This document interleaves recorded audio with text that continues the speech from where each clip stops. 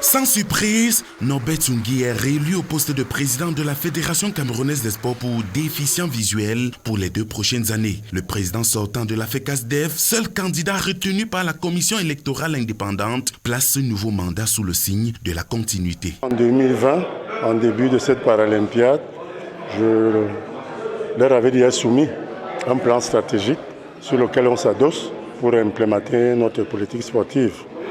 Donc il est seulement question, durant les 2 ans qui viennent, de parachever ce travail, de pérenniser les acquis, parce qu'il y a eu de grands acquis, que ce soit au plan administratif qu'au plan sportif.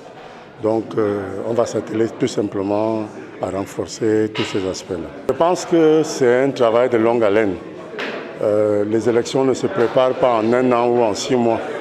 Je pense que beaucoup qui ont voulu candidater s'y sont pris assez tard. Donc nous travaillons avec ces hommes de terrain depuis environ 2 décennies. Donc je pense que c'est pour ça qu'ils m'ont fait totalement confiance. Moi aussi je leur fais confiance.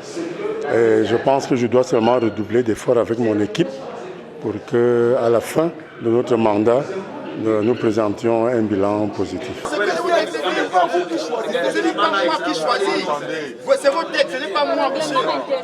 Des éclats de voix à l'entrée de la salle, certains membres n'ont pas qualité de participer aux travaux de l'Assemblée générale élective. Il s'agit juste des problèmes d'incompréhension qui n'ont pas affecté le climat dans lequel les élections se sont déroulées. Le cas de ce jour était de relever d'un candidat qui avait postulé à la présidence, mais qui n'avait pas honoré ses charges.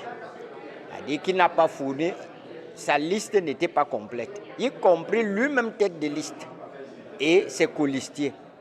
Il y avait des pièces manquantes, il n'avait même pas payé la caution, donc il n'a même pas le droit de parler parce qu'il n'a pas reçu l'onction de la commission. Or, cette commission a tout fait pour l'intégrer, pour rassembler. La FECASDEF a des ambitions pour ses athlètes.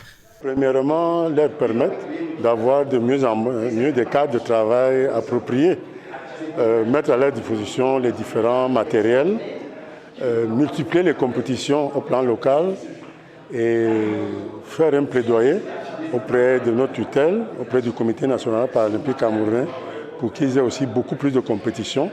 Beaucoup sont déjà dans les rankings. Je pense que nous pouvons encore avoir d'autres qualifiés cette année et l'an prochain pour que l'effectif soit vraiment assez étoffé.